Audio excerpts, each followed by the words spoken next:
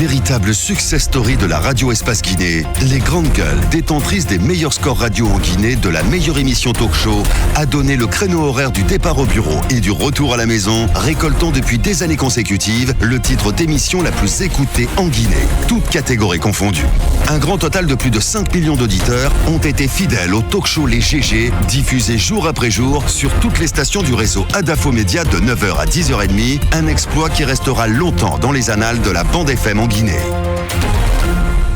Plus que 10 minutes à passer ensemble. Dans un instant, Alpha Souma, Bill, alias Bill Dessam, artiste, activiste politique engagé, membre du bureau politique national de l'UFR, qui va s'exprimer au nom d'un groupe d'artistes qui peaufinent des stratégies pour contrecarrer toute idée de troisième mandat en faveur de l'actuel chef d'État Alpha Condé. Comment ces artistes comptent-ils s'y prendre et quel regard apportent-ils sur le concert dit de reconnaissance qui est censé donc se dérouler, se tenir demain ici à Conakry, donc à l'initiative plutôt d'un autre groupe d'artistes. On va lui poser toutes ces questions dans un instant. Est-ce qu'il est déjà là? Non. Roby, on vient d'écouter ce responsable de l'UFR du côté de Bofa. C'est dommage. Encore une fois, c'est dommage, puisque si c'est bien ce qui s'est passé, la présentation que M. Collomb nous a fait, je veux dire aux gens quand même de prendre conscience. Vous ne pouvez pas vendre votre avenir pour 50, 40, 15 000. 15 000 même, ouais. T-shirt. Moi, je suis choqué. Ouais. Je suis choqué, je suis sans mots. Il faut redescendre sous terre. Il faut redescendre dans notre pays. Ouais. Bien, on va y aller. On va retourner sur le terrain pour entendre Alpha Souma, Bill Dessam. Bill Dessam en direct. Bonjour, Bill. Oui, bonjour Abaka, bonjour aux nombreux auditeurs qui nous écoutent à travers le monde. Bienvenue dans notre émission. Allez-y Moussa. Bill Dessam, nous savons qu'il y a déjà la constitution d'un groupe d'artistes pro-référendum, donc pro-troisième mandat. Et de l'autre côté, on a également vu que de l'autre côté, il y avait la création également d'un autre mouvement de jeunes artistes opposés au troisième mandat. Alors, est-ce que c'est vous qui en êtes l'initiateur? Comment s'effectue le choix et qu'est-ce que vous comptez mener comme mouvement? Est-ce que vous avez un concert prévu comme ce premier groupe? Alors, déjà, je veux vous donner le contexte. Vous n'êtes pas sans savoir, pour ceux qui doutent encore du fait que le président de la République cherche un troisième mandat, vous n'êtes pas sans savoir qu'il a déjà parlé. Pour nous, artistes engagés, il a déjà parlé. Il a parlé à travers les banderoles que ses cadres et ses ministres escortent jusque dans nos grandes villes pour faire la promotion de ces référendums. Il a déjà parlé en ce sens que des hauts cadres, des commis de l'État, sortent de l'argent de nos caisses pour aller acheter la conscience de nos mamans et de nos papas, de nos frères dans les quartiers et dans les villes. Il a déjà parlé parce que le palais du peuple, qui est un symbole pour nous, aujourd'hui affiche clairement leur volonté d'imposer un référendum où il est clairement inscrit « oui, j'accepte », alors qu'il est question de poser la question et non de confirmer. Donc nous, on a pris position parce qu'on a senti qu'il y a un certain nombre d'artistes aujourd'hui qui ont commencé à se mettre dans la danse, à faire la promotion, parce que pour nous, parler du bilan d'Alpha Condé, c'est pas d'aller faire des concerts au Palais du Peuple et magnifier sa volonté de faire une nouvelle constitution, c'est plutôt se mettre du côté du peuple. Les artistes sont souvent appelés les artistes du peuple. Alors nous, aujourd'hui, on se range de ce côté-là, on se joint au fond. Comment vous qualifierez ces artistes qui donc vont organiser ce concert demain? Il y en a déjà qui étaient du côté de Mandiana qui poussent donc dans le sens d'un troisième mandat pour Alpha Condé. Comment vous les qualifierez? Est-ce que ce sont des artistes donc qui ont trahi le peuple? Pour moi, ils ont plus trahi le peuple que le président Alpha Condé et ses acolytes. Ils ont trahi en ce sens que le rôle d'un artiste, c'est d'être aux côtés du peuple dans les moments les plus difficiles. Aujourd'hui, on voit que le pays est en train de traverser une crise qui n'a pas de nom. On ne peut pas demander une chose contre laquelle on a combattu pendant 40 ans à son peuple. Vous comprenez? Ces artistes-là n'ont plus de respect, ils ne devraient plus bénéficier de respect. D'ailleurs, moi, personnellement, je me suis engagé à prendre des contacts à travers tous les pays d'Europe et fédérer des forces vives pour que tous ces artistes-là, une fois qu'ils auront participé à ce concert de la honte au Palais du Peuple, qu'ils soient chassés comme des rats lorsqu'ils se présentent dans ces pays. Bien. Ils se présenteront dans ces pays. Et je peux vous dire qu'aujourd'hui, nous sommes en train de fédérer des forces autour des artistes guinéens. Déjà, en tête d'affiche, nous avons Daniel Alpha qui a répondu, nous avons le jeune Timpopo de Sembedek qui a répondu, nous avons le jeune Moula de Douda Ishala, où nous avons pas mal d'artistes qui ont répondu. Dans les jours à venir, nous allons mettre la structure en place et commencer à faire des activités. Ces activités-là seront pilotées par, le front. Bien, allez-y, Mafouda. Oui, mais justement, du moment où vous pouvez vous réunir entre artistes pour le nom, les autres aussi peuvent le faire. C'est ce que nous disions tout à l'heure par rapport à la liberté d'expression. Alors, l'autre bruit autour de ce concert, c'est l'argent qui est mobilisé.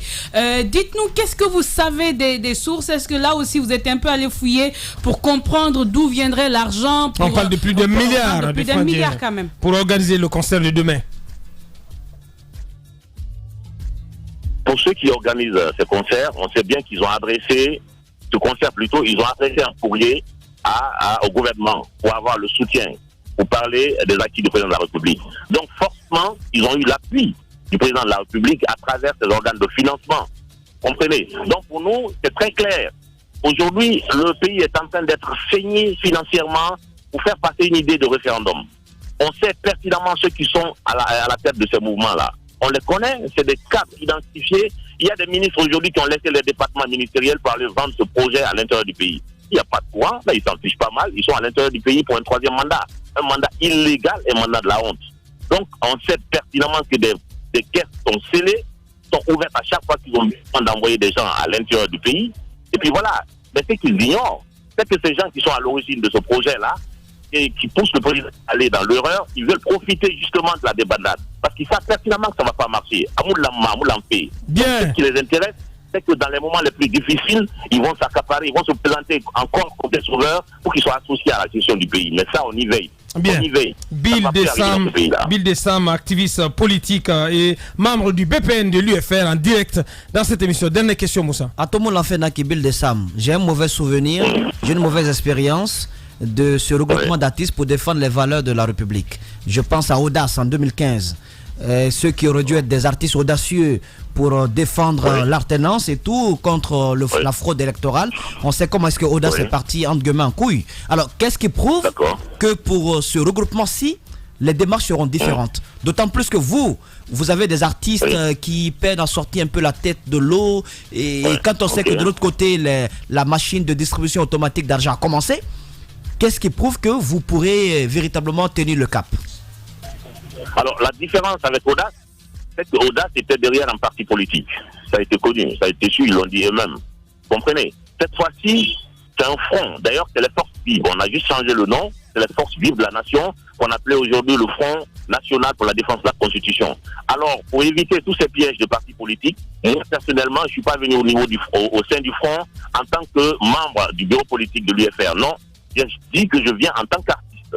Et ceux qui ont participé même à cette audace sont venus en tant qu'activistes. Aujourd'hui, vous n'êtes pas sans savoir que les deux grands blocs d'opposition, c'est-à-dire la CODE, la Convergence démocratique, pour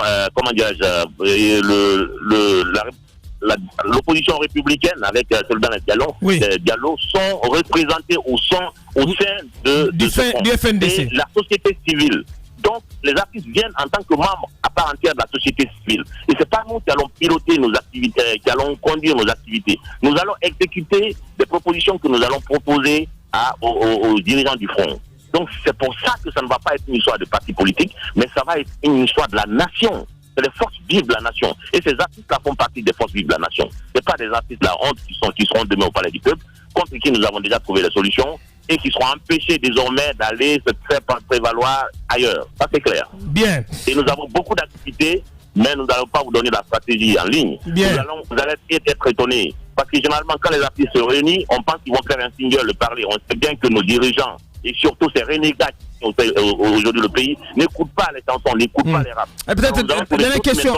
Des chansons. Dernière question, Bill. Est-ce que dans vos rangs, vous pouvez compter, vous allez compter sur Takanazaen et Eli Kamano, et Mastagi, parce qu'apparemment il y a quelques plaintes un peu venant de Mastagi qui auraient été mis un peu à l'écart. Est-ce que Mastagi, Eli Kamano et Takana vont tous faire partie de votre initiative donc de votre groupe pour contrecarrer ce projet de 3e mandat? J'ai personnellement contacté Takana Zion. Ce jour-là, il avait un problème. Koya, il ne pouvait pas venir. Je pense qu'Eli aussi a été contacté. Quant à Massaji, c'est un proche collaborateur de Klimpoko, de Sembedeke, donc forcément il viendra. Et je pense que dans les jours à venir, nous allons gonfler les rangs de ce groupe au sein du front et nous allons décliner nos activités. Mais je vais vous dire une chose, ce que je disais tout à l'heure, au-delà de la musique, au-delà des morceaux que nous allons sortir, nous allons faire des actions concrètes sur le terrain. On constate que le pays est en danger. Et aujourd'hui, j'appelle tous les fils du pays à se lever. Parce que ce qui se passe aujourd'hui, c'est qu'on a quelqu'un à la tête du pays qui a quand même combattu pendant 40 ans et qui cherche à nous imposer la même chose. Vous comprenez? Et il a envie de rester au pouvoir pendant 12 ans. De quoi il se reproche? Peut-être qu'il veut mourir au pouvoir, le peuple d'être jugé. Donc, colère saine de Bill de Sam, à l'état civil, Alpha Souma, artiste engagé, homme politique plutôt, activiste politique et membre du BPN de l'UFR. Merci à vous, Bill de Sam, merci d'avoir répondu à nos questions ce matin. Ça n'est pratiquement terminé.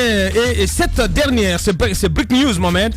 Paul Moussa Diawara, condamné à 5 ans de prison ferme et avec assorti de saisine de tous ses biens. Oui, c'est un texto d'un procureur de la place d'air que j'ai reçu. Paul Moussa et Inza Bayo, condamnés à 5 ans de prison ferme avec saisie de tous leurs biens et mandat de dépôt décerné contre eux. Ils sont à l'instant privés de leur liberté et seront écroués dans les heures qui suivent à la maison centrale de Conakry. Okay. Alors au même moment, je regardais tout à l'heure, il y a l'avocat de notamment maître Beyavogi Salifou qui est en ce moment même en train de s'adresser à la presse. Je présume déjà qu'ils vont interjeter appel. Voilà, je le présume fortement. Et ça veut dire que ça ne peut pas arrêter la procédure de placement sous... Très honnêtement, là où je suis, je n'en sais rien. Va-t-il aller en prison aujourd'hui ou pas? Vous savez, c'est ce qui est écrit dans le texto. Ce qui est écrit. Lorsque prison ferme, c'est ce que ça signifie. Mais lorsque vous comparez à la condamnation de l'autre, notamment le monsieur de l'OGC, c'est que pour M. Camara, c'était avec sursis. Or, je rappelais tout à l'heure que M. Paul Moussa avait recusé par 2 fois des magistrats. Bien. Dans ce dossier. Tout ça, c'est forcément, ça a dû jouer contre... voilà. Ça veut dire qu'il faut tirer les leçons. Là, ça veut dire que ceux-là qui sont en train de aujourd'hui le macadam, etc. De sortir l'argent de gauche à droite. Il faut réfléchir par 2 fois. En tout cas, le cas Paul Moussa peut bien leur servir d'exemple. Ça n'est terminé pour aujourd'hui. C'est tout ce qu'on en pouvait dire aujourd'hui sur la marche sociopolitique de notre pays. Merci à tous les chroniqueurs. Merci aussi à notre équipe de réalisation. Mamoudou Kondé, le colosse du côté de la télé. Mohamed Diaby, Doua Diaby, El Maestro du côté de la radio. Merci aussi à notre ingénieur de son, Nala Sidibé. Demain, on se reprend pour continuer l'aventure. Une pensée donc à nos amis du côté de la Guinée forestière. Portez-vous bien. Au revoir.